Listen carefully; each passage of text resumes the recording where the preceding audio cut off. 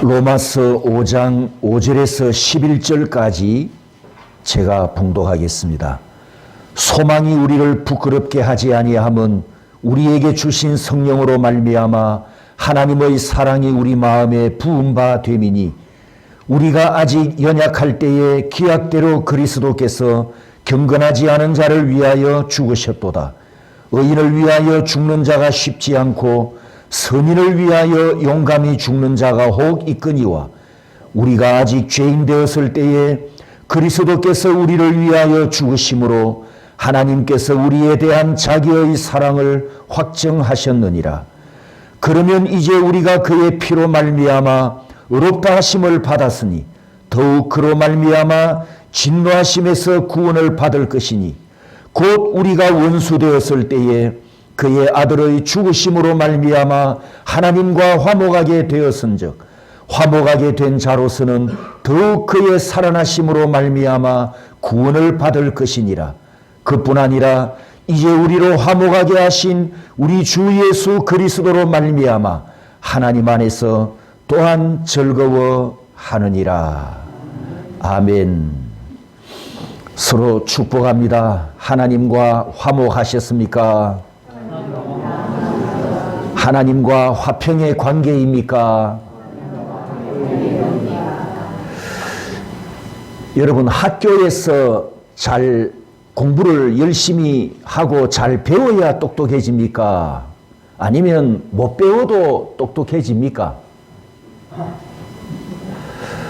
그러면 우리 신앙생활에 설교든 또 성경 공부를 하든 하나님의 말씀을 잘 배우면 내 믿음이 크게 자라갈까요? 안 자랄까요? 대충 듣고 그저 성경도 대충 알아도 좋은 믿음 가질 수 있을까요? 못 가질까요? 그렇다면 우리는 어떻습니까? 여러분은 어떻습니까? 잘 배우고 있습니까? 또 잘 듣고 있습니까?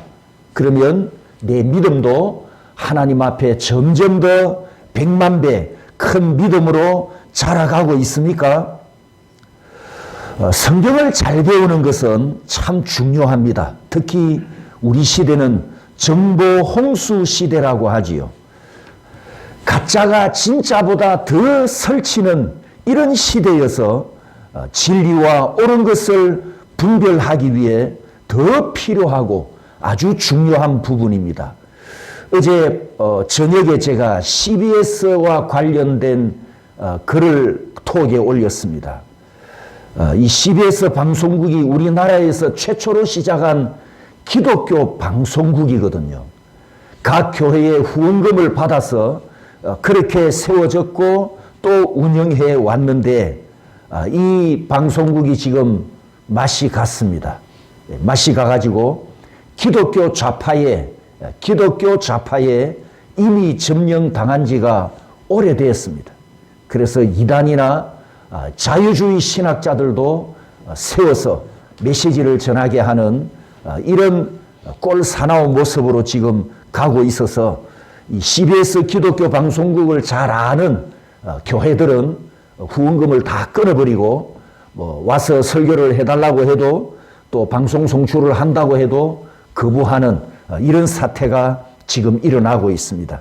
CBS 기독교 방송국에서 송출하는 어떤 말씀도 설교도 메시지도 강의도 찬양도 프로그램도 멀리할 것을 목사로서 또 주의 이름으로 권면을 드립니다. 여러분이 예수를 믿고 신앙생활을 시작할 때 혹시 하나님께 이런 질문 받은 분 계십니까? 너 예수 믿을래 안 믿을래? 혹시 이런 질문 받고 예수 믿으러 오신 분 계시나요? 너 구원 받을래 안 받을래? 하나님께 이런 질문을 받고 그리고 하나님과 거래하고 예, 잘 믿겠습니다. 구원 받겠습니다. 이렇게 예수 믿은 분은 한 분도 안 계시겠지요. 하나님과 이런 거래도 안 했는데 내가 어떻게 예수 믿고 구원 받았죠? 하나님은 나에게 물어보시지도 않고 일방적으로 나를 지옥에서 건져내 주셨습니다. 구원은, 우리가 받은 구원은 하나님의 독재와 같습니다. 오늘 설교 제목이 조금 거시기하지요. 이방인들이 우리를 비판하고 공격할 때 많이 쓰는 말입니다. 우리가 하나님에 대해서 하나님은 이런 분이십니다. 당신을 사랑하십니다. 당신을 구원하기를 기뻐하십니다. 이렇게 하나님에 대해서 자랑하고 증거하면 이방인들이 그렇게 성경을 비판하기 위해서 야, 너가 믿는 하나님은 너무 독재자다. 이렇게 표현을 하지요. 그래서 그들의 표현을 제가 오늘 설교 제목으로 정하고 도대체 하나님이 독재자라고 하는 이 의미가 무엇일까? 이 말씀을 통해서 오늘 우리가 함께 은혜 받기를 원하는데 하나님이 하시는 모든 일은 분명히 독재입니다. 그런데 하나님의 이 독재는 단합, 정치적으로 단합하고 압박하는 이런 독재자, 나쁜 왕들처럼 그런 단합이 아니라 따라서 합니다. 선수적인 사랑. 선수적인 사랑. 하나님의 독재는 하나님께서 나를 먼저 사랑하신 독재였다는 뜻입니다. 성도 여러분, 하나님의 사랑은 먼저 사랑하심이고 하나님의 사랑은 나를, 여러분을 일방적으로 사랑하신 사랑입니다. 오늘도 여러분이 좀 충격을 받아야 하고 기절해야 될 말씀을 또 드립니다. 바로 오늘 본문에 있는 세 구절인데요. 6절, 8절, 10절. 여러분이 빨간색 글씨만 읽으십시오. 그러면 제가 파란색 글씨로 화답을 하겠습니다. 시작. 죽으셨도다. 죽으심으로 아들의 죽으심으로 말미암아 라고 말씀하고 있습니다. 그게 빨간색 글씨, 여러분 성경에도 밑줄을 그어 놓으시면 좋습니다. 자, 이 세 구절에 있는 말씀을 여러분이 깊이 묵상해 보십시오. 나는 연약함에 있었는데 예수님께서 날 위해 죽으셨습니다. 나는 뭐하고 있습니까? 두 번째, 하나님께 죄를 짓고 있는데 예수님은 십자가에 못 박히셨습니다. 세 번째, 나는 하나님과 뭐였다고요? 원수였는데 예수님이 죽으심으로 하나님과 화목하게 해주셨습니다. 내가 완전하고 내가 선했고 내가 의로웠고 나에게 믿음이 있었거나 내가 먼저 하나님을 알았던 게 전혀 아닙니다. 오히려 반대였습니다. 10절에 나는 하나님과 원수라 하지 않았습니까? 하나님께서 이런 나를 잘 아셨습니다.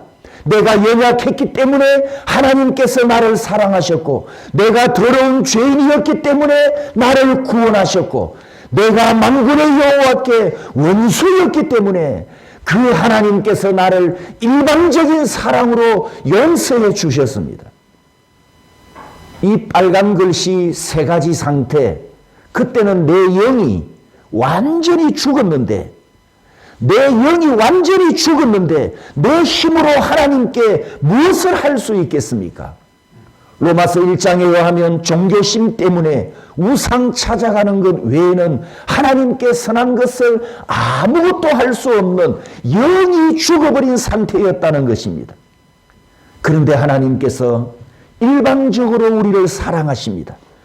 로마서 5장 1절에 그러므로 우리가 믿음으로 의롭다 하심을 받았으니 우리 주 예수 그리스도로 말미암아 하나님과 화평을 누리자. 우리가 믿음으로 의롭다함을 받았으니 화평을 누리자. 여러분, 사람과 사람이 화평하려면 어떻게 해야 합니까? 우리 한국과 북한이 지금 서로 무장한 채 서로 대립하고 있지요. 또 중동의 이스라엘과 하마스가 지금 전쟁 중에 있습니다. 자, 두 사람이 열심히 싸우다가 화평을 하려면 어떻게 해야 됩니까? 따라서 합니다. 상호 약속. 우리 전쟁을 멈추자. 또 다시는 싸우지 말자. 이렇게 쌍방이 똑같이 약속하고 똑같이 약속을 이행해야 평화가 완성됩니다. 그런데 로마서 5장에 1절 끝에 화평을 누리자. 이 뜻은 하나님과 나 사이에 서로 합의한 것도 없고 너도 양보하고 나도 양보해서 다시는 싸우지 말자. 이렇게 상호 약속한 적도 없고, 하나님께서 나에게 일방적인 부르심과 일방적인 구원에 의해 하나님의 화평 안으로 우리를 일방적으로 들여주신 그 화평을 누리자. 이렇게 하나님께서 우리에게 말씀하십니다. 할렐루야. 여러분, 하나님의 일방적이라는 이 말이 이기주의적인 것 같고 오늘 설교 제목처럼 독재같이 들리기도 하지만 하나님을 독재자로 표현하는 두 가지 의미가 있습니다. 첫째는 우리 인간이 구원을 얻기 위해서 하나님과 거래를 하고 하나님과 상호 약속을 해봐야 영이 죽어버린 인간은 그 약속을 지킬 수 있다 없다? 없습니다. 우리 인간은 어차피 하나님께 약속을 못 지키는 죄인, 존재라는 뜻입니다. 여러분, 하나님이 인간과 대등한 위치, 대등한 관계에서 쌍방관계를 이룰 수 있습니까? 우리 인간인 주제에 감히 하나님과 약속을 함께 이행할 대등한 관계가 될 수 있느냐고요. 천만의 만만의 말씀이죠. 인간은 하나님과 대등한 수준에서 똑같이 약속을 이행할 상대가 안 됩니다. 우리 인간은 언약을 맺을 능력도 없고 언약을 맺어도 지킬 능력이 없습니다. 영이 죽어버렸는데 어떻게 인간의 힘으로 하나님의 약속을 이행할 수 있겠습니까? 영이 죽어버렸는데 인간이 하나님의 계명을 어떻게 지켜낼 수 있습니까? 절대 못합니다. 바로 하나님께서 이것을 아시고 이것을 미리 다 하시고 일방적으로 약속을 선언하시고 그 약속을 이행하시는 것도 일방적으로 이루어주시고 일방적인 방법으로 나를 구원하셨습니다. 이렇게 세심한 하나님을 우리가 독재자, 이기주의자 이렇게 할 수 있을까요? 그래서 두 번째 의미는 하나님의 큰 사랑입니다. 영적으로 죽어버린 인간이 못하는 것을, 죄인은 도저히 할 수 없는 것을 하나님께서 일방적으로 해 주셨기 때문에 이것은 죄인을 향한 하나님의 큰 사랑이었습니다. 하나님께서 혼자 다 해놓으시고 우리에게는 하나님께서 해놓으신 것을 믿기만 하랍니다. 여러분, 하나님께서 다 해놓으셨으니 감사하고 받아들이기만 하면 됩니다. 감사함으로 받아들이는 것이 믿음이라 하지 않습니까? 예수 믿는 거 얼마나 쉽습니까? 믿기만 하면 된다는데 무조건 믿으라. 묻지도 말고 따지지도 말고 앞뒤 계산도 하지 말고 믿기만 해라. 옆 사람에게 축복합니다. 믿으면 됩니다. 믿으면 됩니다. 구약 성경에 하나님께서 일방적인 사랑과 일방적인 구원에 대한 대표적인 이야기가 창세기 15장에 나오는 횃불 언약입니다. 후손을 주겠다는 하나님의 약속을 들은 아브라함이 이렇게 대답합니다. 하나님, 내게는 자식도 없고 나는 자식도 못 낳으니 하나님이 그래봤자 아무 소용없습니다. 내 집에 있는 엘리에셀이나 내 집에 양자로 입양하랍니다. 그렇게 이 아브라함이 하나님께 대들지요. 자신의 약속을 믿지 않는 이 아브라함을 밖으로 데려 나가서 아브라함아, 하늘에 별이 보이지? 한번 헤아려 볼래? 이 별을 내가 어떻게 헤아려요? 그래? 그 별만큼 너에게 많은 자손을 내가 주겠노라. 이렇게 말씀하시면서 하나님과 아브라함 사이에 그 위대한 언약식을 거행하는데 그게 바로 횃불 언약입니다. 이 횃불 언약이 왜 위대한 언약이냐 하면 과거의 시간으로는 창세기 15장과 연결되고 미래의 시간으로는 골고다 언덕 십자가까지 연결되는 언약이기 때문에 위대한 언약이라 부릅니다. 고대 근동 지방은 언약식을 할 때 짐승을 죽여서 쪼개가지고 이렇게 사체를 벌려놓고 언약 당사자인 쌍방이 함께 그 짐승의 사체를 지나가는 방식으로 언약 체결을 했습니다. 이렇게 하는 의미는 언약을 깨뜨리는 자는 바로 이 죽은 짐승처럼 죽어야 된다. 이런 강력한 언약 이행을 요구했기 때문입니다. 다르게 표현하면 서로 약속을 맺었으니까 내가 이 약속을 지키기 위해서 어떻게 해야 된다? 내 목숨을 걸고 이 약속을 지켜야 된다. 이런 의미를 가졌단 말입니다. 그런데 창세기 15장을 보면 하나님과 아브라함이 약속을 하는데 손가락도 걸지 않고 손도장도 안 찍고 복사도 안 하고 스캔도 쌍방이 안 합니다. 그리고는 이렇게 합니다. 하나님께서 이 아브라함을 깊은 잠 속으로 집어넣어 버립니다.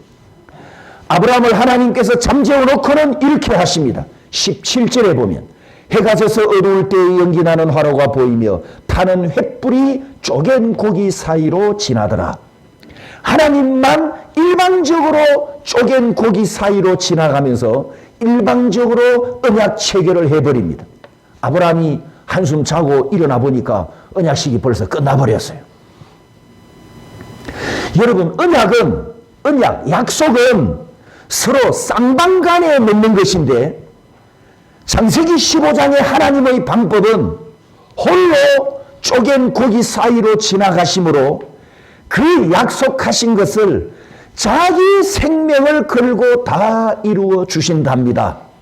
아브라함아, 넌 가만히 있어. 내가 내 생명을 걸고 약속 다 이루어 줄게. 이것이 횃불 언약이고 이것이 여인의 후손 언약이고 이 약속에 예수님께서 십자가 위에서 대속 제물로 죽으심으로 따라서 합니다. 테텔레스타이 다 이루어졌습니다. 할렐루야. 아브라함이 하나님의 손을 잡고 같이 쪼갠 고기 사이로 지나갔다면 하늘의 별만큼 자손을 번성시키는 약속을 아브라함에게 이룰 능력이나 있었겠습니까? 성도 여러분, 인간인 우리도 마찬가지입니다. 내가 하나님과 동등한 관계가 되고 나도 책임을 지고 나도 의무를 지고 내가 하나님께 그 약속을 다 이행할 수 있을까요? 우리는 지킬 수 없다는 것을 너무나 잘 아시기 때문에 하나님께서 일방적으로 언약을 맺으셨고 일방적으로 언약을 성취하셨고 일방적으로 나를 구원하셨고 일방적으로 나를 의롭다 하셨으며 일방적으로 자신의 화평 안으로 우리를 들여주셨습니다. 그러니 오늘 말씀에 하나님과 화평을 누리자 이렇게 초대하고 있습니다. 성도 여러분, 이 말씀을 그대로 받아들이고 그대로 영접하여 그대로 믿기만 하면 됩니다. 할렐루야. 5절 말씀에 소망이 우리를 부끄럽게 하지 아니함은 하나님의 사랑이 우리 마음에 부은 바 됨이니 따라서 합니다. 사랑이 마음에 부어졌다. 사랑이 내 마음에 부어졌다. 여러분에게도입니까? 진짜입니까? 자, 이 말씀을 이해하기 위해서 제가 이렇게 설명해 볼 텐데요. 들어보시면 아마 여러분도 이미 경험했을 수도 있습니다. 인생의 실패를 뼈아프게 경험하고 큰 실패를 하고 다시 은혜를 받고 회복한 성도들의 감정입니다. 감정에 공통점이 있습니다. 큰 실패를 하고 나서 완전히 밑바닥에 내려간 사람들이 이 문제를 해결하기 위해서 기도원에 올라가든지 아니면 집에서 금식하며 기도하든지 하나님 앞에 작정 기도를 하지 않습니까? 그리고 그 문제지를 하나님께 내놓고 하나님 빨리 이 문제 해결해 주셔야 됩니다. 내 문제 빨리 해결 안 해주시면 나는 이것 때문에 죽습니다. 한 분만 살려주십시오. 애글복글 기도도 하고 막달라 마리아 기도도 열심히 합니다. 그렇게 열심히 기도하다가 어느 순간부터 기도 목록에서 자기 문제는 사라지고 기도 내용이 이렇게 바뀝니다. 하나님께서 나를 이렇게 사랑하셨는데도 내가 몰랐습니다. 하나님은 지금까지 살아서 내게 역사하셨는데 내가 미련하여 깨닫지 못했습니다 라고 펑펑 울면서 회개합니다. 기도 내용에 발등에 떨어진 문제를 해결해 달라고 부르짖는 것은 어디론가 다 사라져버리고, 하지만 현실에 문제가 아직 해결된 게 아닙니다. 여전히 문제는 남아 있습니다. 그런데 왜 기도 내용이 바뀌었을까요? 하나님을 사랑합니다. 왜? 하나님께서 나를 사랑하신다는 걸 알았기 때문에.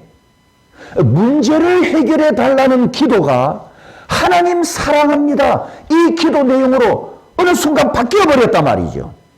그래서 기도 결론이 뭐냐? 기도하러 갔다가 결론이 뭐냐? 내 문제가 해결되더라도 안 되더라도, 내가 죽어도 살아도 내 모든 것을 하나님께 다 맡겨드립니다, 이렇게 고백하면서 당당한 걸음으로 하산하죠. 처음에는 살려달라고 매달리다가 하산 직전에 나는 죽어도 하나님의 것이고 살아도 하나님의 것인데 하나님 뜻대로 해주십시오, 이렇게 기도하면서 하산합니다. 집에 내려오면, 현실에 돌아오면 문제가 어디로 갔다고요? 아직 있어요. 문제는 아직 그대로 남아 있습니다. 그런데 뭐가 바뀌었다고요? 기도가 바뀌었어요. 지금 기도가. 믿음으로 부르짖던 그 심령에 하나님의 사랑이 부은 바 되었기 때문입니다. 그렇게 내려와서 부음받은 사랑으로 하나님 앞에 감사하고 헌신하며 깨어서 살다가 어느 날 순간에 죽을 암병이 휙 사라져 버립니다. 어느 날 갑자기 문제가 싹 해결돼 버립니다. 어느 날 다른 사람을 해결사로 보내서 내 문제가 쉽게 해결되는 기적이 일어납니다. 어느 날 생각지도 않았던 환경이 새롭게 펼쳐지면서 너무 쉽고 너무 간단하게 문제가 완전 해결되어 버리는 감정을 공통으로 고백합니다. 이런 경우를 하나님의 사랑이 부은 바 되었다, 이렇게 표현할 수 있단 말이죠. 성도 여러분, 이것이 바로 하나님의 의로움을 입은 성도들입니다. 하나님의 사랑을 받은 성도들에게 역사하는 성령의 능력입니다. 살아서 역사하시는 하나님의 은혜입니다. 할렐루야. 따라서 합니다. 나도 받았습니다. 나도 어려워졌습니다. 나는 하나님과 화평합니다. 하나님은 내 편이십니다. 맞습니까? 여러분, 이런 말이 있죠. 뭐에 꽂혔다. 그죠? 뭐에 꽂혔다. 그 말의 뜻을 아시죠? 화살이 하트에 꽂히듯이 하나님의 사랑에 우리 마음이 다 꽂히기를 축복합니다. 요셉이 형님들에게 팔려서 이집트의 노예로 팔려갑니다. 비참한 신세가 되지요. 여러분, 요셉에게 일어난 사건들을 보면 원수에게 집착하고 원수에 꽂혀서 그 원수를 저주하고 복수심을 불태워야 마땅합니다. 그런데 창세기를 보면 요셉은 단 한 번도 그러지 않습니다. 형님들에게도 복수하지 않았고 주인의 아내에게도 복수하지 않습니다. 대부분 이런 일을 겪고 나면 복수심을 불태우며 살아가지 요셉처럼 못 살아갑니다. 미운 사람에게 미운 감정이 꽂히는 것도 이 사단이 주는 속임수인데도 사람들이 속고 따라간단 말이죠. 사울 왕이 이렇게 살다가 인생 망해버렸지 않습니까? 어느 날 요셉이 이집트 왕의 꿈을 해석해 주기 위해서 궁궐에 불려갑니다. 이집트에 오래된 역사를 가지고 있는 종교와 신들이 많이 있는 그곳에서 세계 최강대국 대왕 앞에서 요셉이 이렇게 말합니다. 창세기 41장 16절에 보면 왕이여, 내가 아니라 하나님께서 바로에게 편안한 대답을 하시리이다.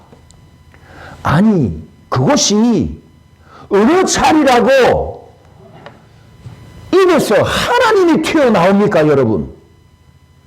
요셉이 지금 대국의 대왕 앞에서 은행을 조금이라도 실수하면 그건 바로 죽음이잖아요. 죽음. 그런데 요셉이 하는 말을 보십시오. 내가 당신에게 꿈을 해석해 주는 것이 아니라 내 하나님께서 해석해 주십니다. 할렐루야. 요셉의 마음에 하나님의 사랑이 부음받았고 하나님의 은혜가 자기 인생에 부어지고 있음을 알았기 때문에 그는 자기 하나님을 증거하는데 조금도 막히지 않았습니다. 상대가 누구든지 두려워하지도 않았습니다. 요셉의 마음에 하나님의 사랑이 부음받았기 때문입니다. 성도 여러분, 사단은 내 안에 있는 더러운 것을 끄집어내어서 나를 계속 짓밟고 누르고 영적 기운을 쓰지 못하게 합니다.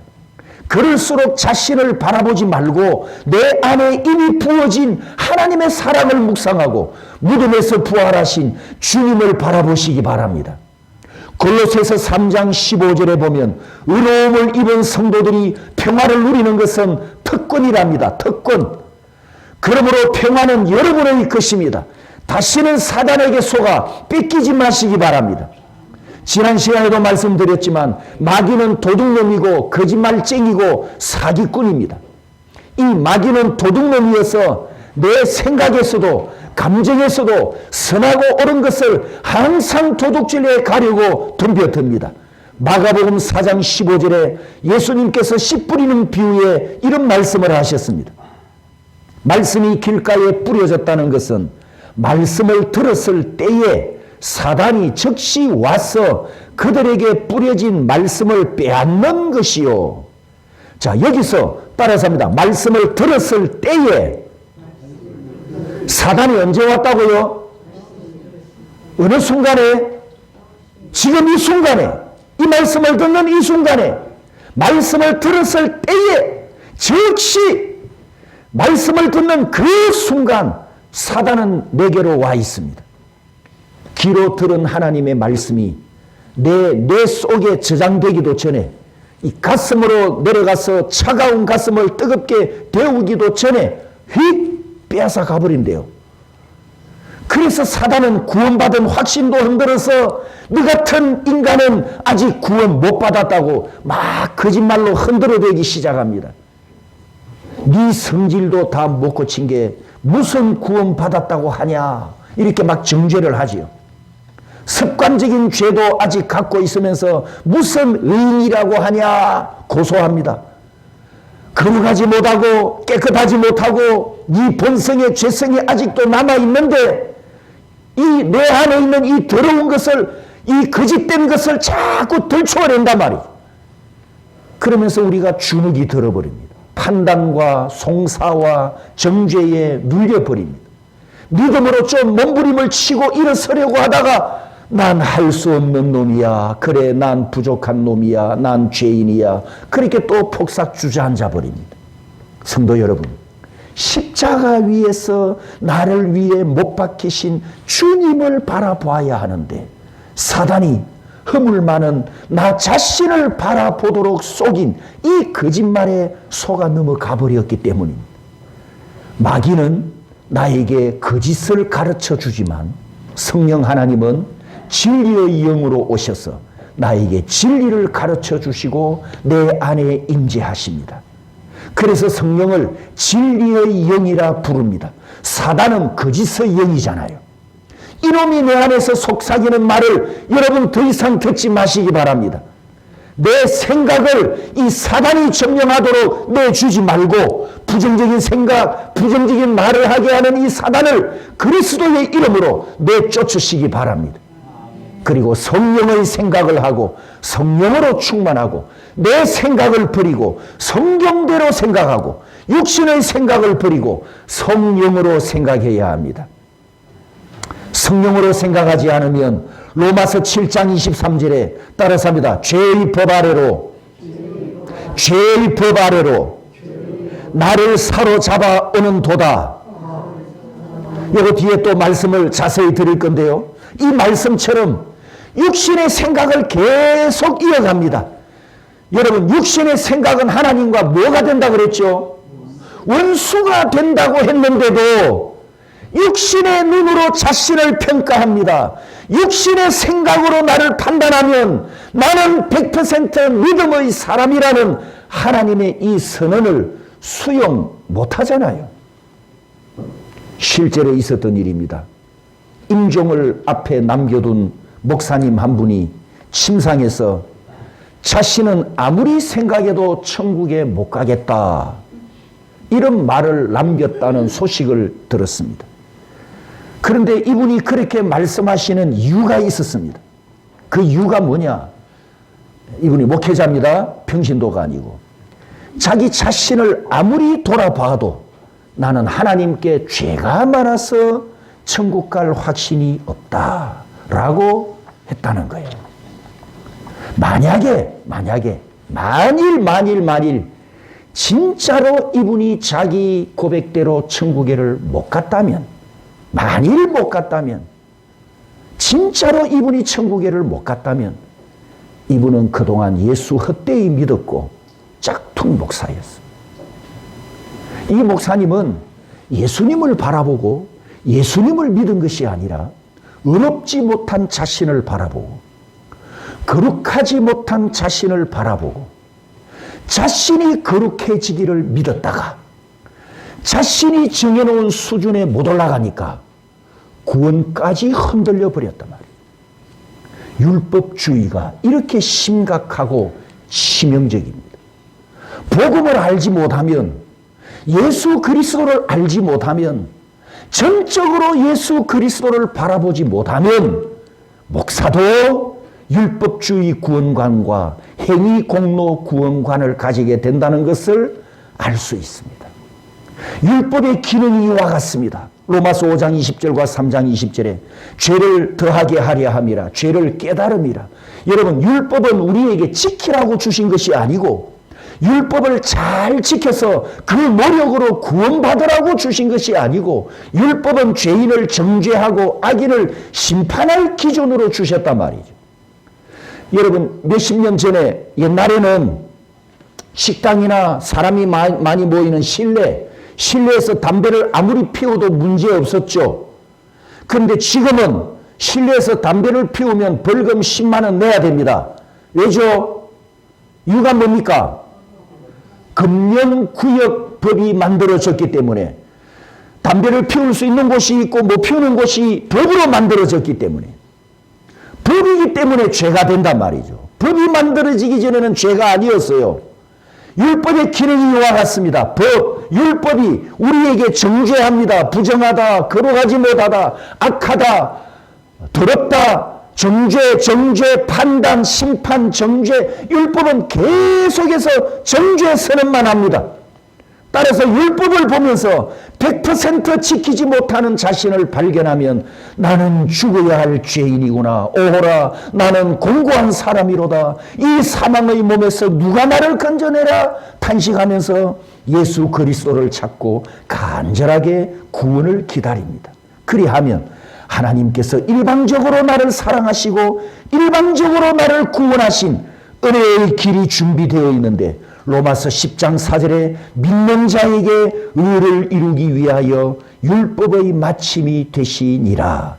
그리스도는 이렇게 말씀하고 있습니다. 성도 여러분, 율법의 요구도 예수님이 완성하셨고 율법의 완성도 예수님이 하셨습니다.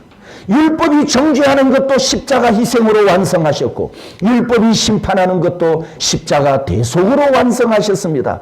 이것을 믿는 것이 의이고 이것을 믿으면 구원입니다. 그러므로 이 믿음을 내 안에 키워야 합니다. 죄의식을 키우지 말고 예수 그리스도를 의지하는 믿음을 키워야 합니다.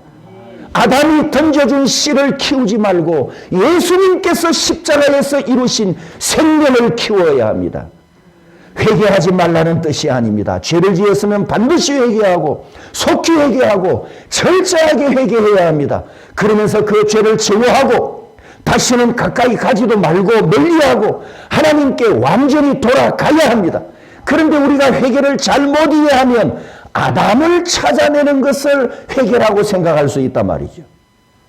회개는 하나님 앞으로 돌아가서 용서받는 것이 진정한 회개인데, 내일 내가 또 넘어질지라도 오늘 나는 나의 죄를 용서받았음을 감사하고, 내일 혹시 내가 실패할지라도 오늘 내가 그리스도 안에서 하나님의 의로우심으로 의인이 되었다, 이것을 믿음으로 인정하고 선포하면서 매일매일 새로운 피조물로 살아가는 것이 회개의 결과입니다.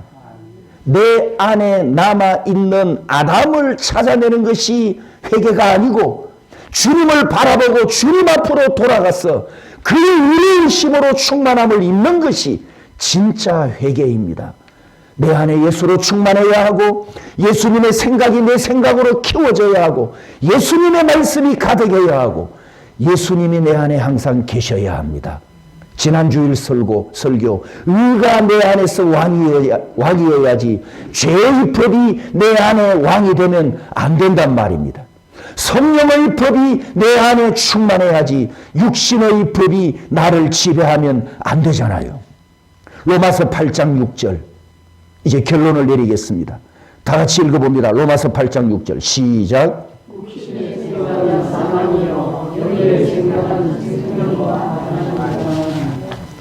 생명의 성령의 법이 나를 정죄에서 해방해 주셨고, 사망의 법에서 구원해 주셨고, 100% 믿음의 사람, 100% 하나님의 의의 사람으로 구원해 주셨음을 믿음으로 받아들이고 믿음으로 감사하고, 여러분 믿음으로 감격하며 살아가야 합니다. 오늘 본문 세 마디, 6절에 아직 연약할 때에, 8절에 아직 죄인이었을 때에, 10절에 내가 하나님의 원수였을 때 그리스도께서 죽으심으로 하나님의 사랑을 부어주셨습니다.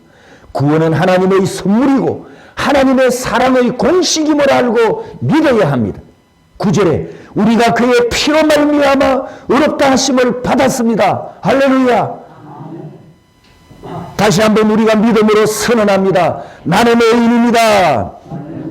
나는 100% 믿음을 가졌습니다. 나는 하나님의 화평 안에 있습니다. 5장 1절에서 11절까지가 한 문단인데, 이 문단을 시작하는 1절에 하나님과 화평을 누리자 이렇게 시작하고, 마지막 10절 11절에 하나님 안에서 즐거워한다 이렇게 결론을 내리고 있습니다. 그 안에 있는 모든 말씀들은 나의 과거와 나의 현재와 나의 미래에 대한 내 모습인데, 이미 예수 그리스도께서 2000년 전에 십자가를 지심으로 이 화평을 이미 완성하셨고 이미 이루어졌습니다. 성도 여러분, 하나님의 화평 안으로 들어가서 하나님의 화평을 마음껏 누리며 일주일 동안 하나님을 즐거워하며 살다가 다음 주일 추수감사절에 행복한 모습으로 만나기를 주님의 이름으로 축복합니다.